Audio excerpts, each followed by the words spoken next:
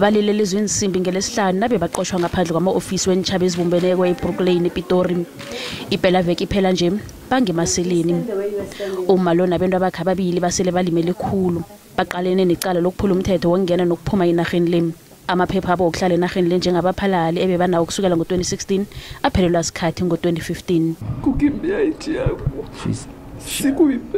She's saying to run away from her country. It's not something that she wanted. She was forced to run away from her country. That's what she's saying. South Africa, saying that South Africa also chased her. She's saying that she's not safe with her kids.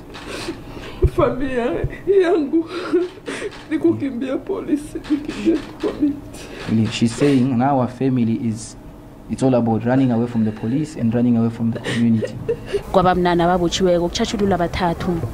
Ekhotho lombuso lithe angekhe bekuphihloko ukuthi kuchuchiswa abantu abanganamakhaya yeke abazokuchuchiswa.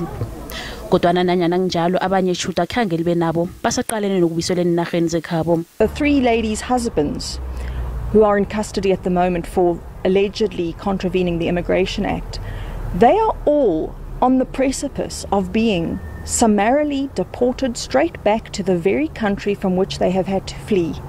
And as you've seen, no one would voluntarily leave their own country and everything they own and everything that is familiar to them and come and live on the streets in a country where they are afraid to even leave the vestiges of a home that they have because they are so frightened by the South African community.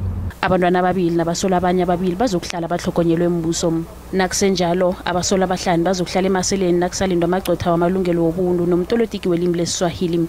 Kanti balindeleke bona bafake nesibawo sebhayili.